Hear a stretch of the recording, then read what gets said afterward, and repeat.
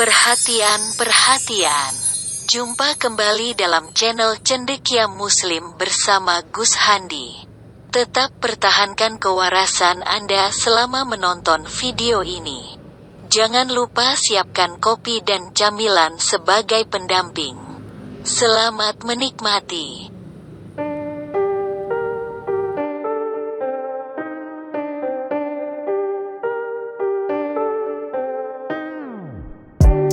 Assalamualaikum warahmatullahi wabarakatuh. Berjumpa kembali di channel Cendekia Muslim. Teman-teman sekalian, kali ini teman-teman akan aku ajak untuk berpikir, menganalisa, kemudian menyimpulkan sebuah tema yang kerap kali menjadi diskusi menjadi tema diskusi dalam debat lintas agama, dalam diskusi lintas agama, yaitu perihal Nabi Isa, atau yang dalam Bible itu identik dengan Yesus begitu. Karena keduanya ini diyakini sebagai sosok yang sama, meskipun diceritakan atau dinarasikan dalam sejarahnya itu berbeda. Namun kali ini yang menjadi fokus pembahasan kita adalah soal apakah Nabi Isa alaihi salam itu dalam kehidupannya itu menikah. Jadi apakah beliau ini orang yang pernah melakukan pernikahan, mempunyai istri dan mempunyai keturunan, ataukah tidak? Tetapi kali ini tentu sebagai muslim, aku akan mencoba menganalisa atau mencermati dalil yang ada untuk sampai pada kesimpulan apakah beliau itu pernah menikah dan mempunyai keturunan. Teman-teman sekalian, selanjutnya dalam ajaran Islam, dalam sejarah Islam itu memang kita ketahui bahwa para nabi dan rasul terdahulu itu semuanya melakukan pernikahan dan bahkan poligami seperti contohnya beliau Nabi Ibrahim itu menikah sebanyak 3 kali, kemudian Nabi Yakub itu 5 kali, Nabi Daud itu 9 kali, kemudian Nabi Musa itu 4 kali, dan Nabi Isa itu ada yang mengatakan 2 atau 3 kali begitu. Kemudian sebelum masuk ke dalam pembahasan sebagaimana kita ketahui sumber hukum yang utama, sumber ajaran Islam yang utama itu adalah Al-Quran. Karena Al-Quran merupakan firman Allah yang harus kita yakini kebenarannya, kita yakini sebagai kebenaran mutlak, yang tentu tidak perlu kita ragukan lagi Jadi kalau Al-Quran itu sudah menyampaikan tentang sesuatu, menginformasikan tentang sesuatu itu, kita harus meyakini itu sebagai sebuah kebenaran mutlak. Berbeda dengan hadis. Kalau hadis ini kita masih harus melihat derajatnya apakah dia sahih, apakah dia hasan, apakah dia dhaif dan lain sebagainya. Intinya kalau hadis itu masih memerlukan verifikasi terhadap kevalitan sanad dan kevalitan matan yang tidak bertentangan dengan Al-Quran. Jadi intinya sekali lagi dalam hal ini ketika kita mau menilai atau menyimpulkan apakah Nabi Isa alaihi salam itu menikah atau tidak, kita akan mengambil satu rujukan yang ada dalam Al-Quran. Dan sekali lagi kita harus meyakini Al-Quran itu sebagai sebuah kebenaran mutlak, karena Al-Quran merupakan wahyu dari Allah Subhanahu wa Ta'ala. Teman-teman sekalian, kembali kepada tema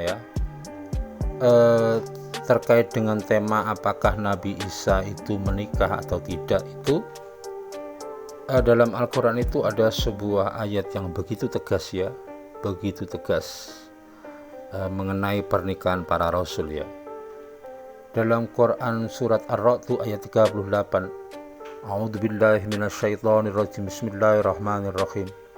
Walaqad arsalna rusulan min qablika wa ja'alna lahum azwaja wa dzurriyyah. Artinya kurang lebih, dan sesungguhnya kami telah mengutus beberapa rasul sebelum kamu, Muhammad, dan kami berikan kepada mereka istri-istri dan keturunan. Ini Ar-Ra'd ayat 38. Dari ayat ini sudah tegas bahwa para rasul yang diutus sebelum Nabi Muhammad itu semuanya mempunyai istri-istri dan mempunyai keturunan. Ini sudah tegas ayatnya. Kemudian kalau dalam bidang metodologi penalaran atau penafsiran di dalam dunia hukum apapun ya, entah itu agama, entah itu hukum umum, entah sebuah penelitian dan lain sebagainya, itu ada yang dikenal namanya metode deduktif, yaitu membuat kesimpulan dari pernyataan-pernyataan yang bersifat umum menuju pernyataan-pernyataan yang bersifat khusus. Metode deduktif. Kalau dalam bahasa agama itu ada yang namanya istinbat begitu.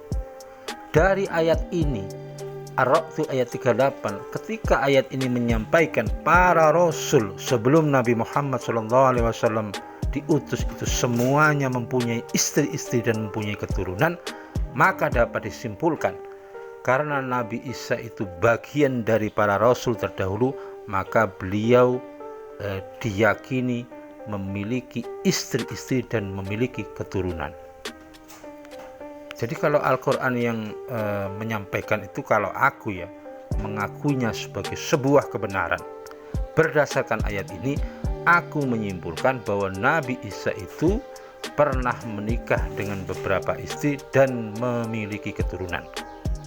Sekali lagi kalau Al-Quran yang menyampaikan, aku menganggapnya sebagai sebuah kebenaran.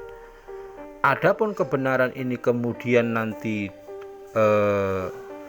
dibuktikan melalui kajian histori, sejarah, antropologi dan lain sebagainya, aku yakin suatu saat atau bahkan sudah pernah ada yang melakukan penelitian bahwa sebenarnya memang beliau Nabi Isa itu pernah menikah. Itu seperti yang disampaikan oleh Profesor Barbara Tering ya, dari Universitas Australia ya, ketika beliau itu berpendapat bahwa Isa itu ya Yesus, dan beliau membuat kesimpulan berdasarkan penelitiannya pada naskah Laut Mati ya, itu beliau mengatakan bahwa Yesus atau Isa itu pernah menikah.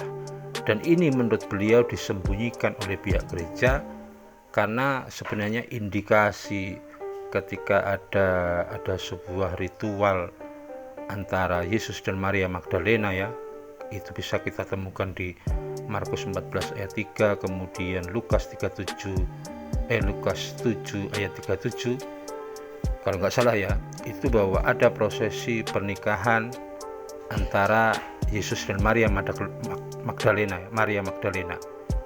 Adanya buli-buli minyak wangi, kemudian si Maria Magdalena meminyaki kaki, rambut, kemudian mencium kakinya. Itu menurut Profesor Barbara Tering itu sebagai bukti bahwa Yesus atau Isa itu pernah menikah.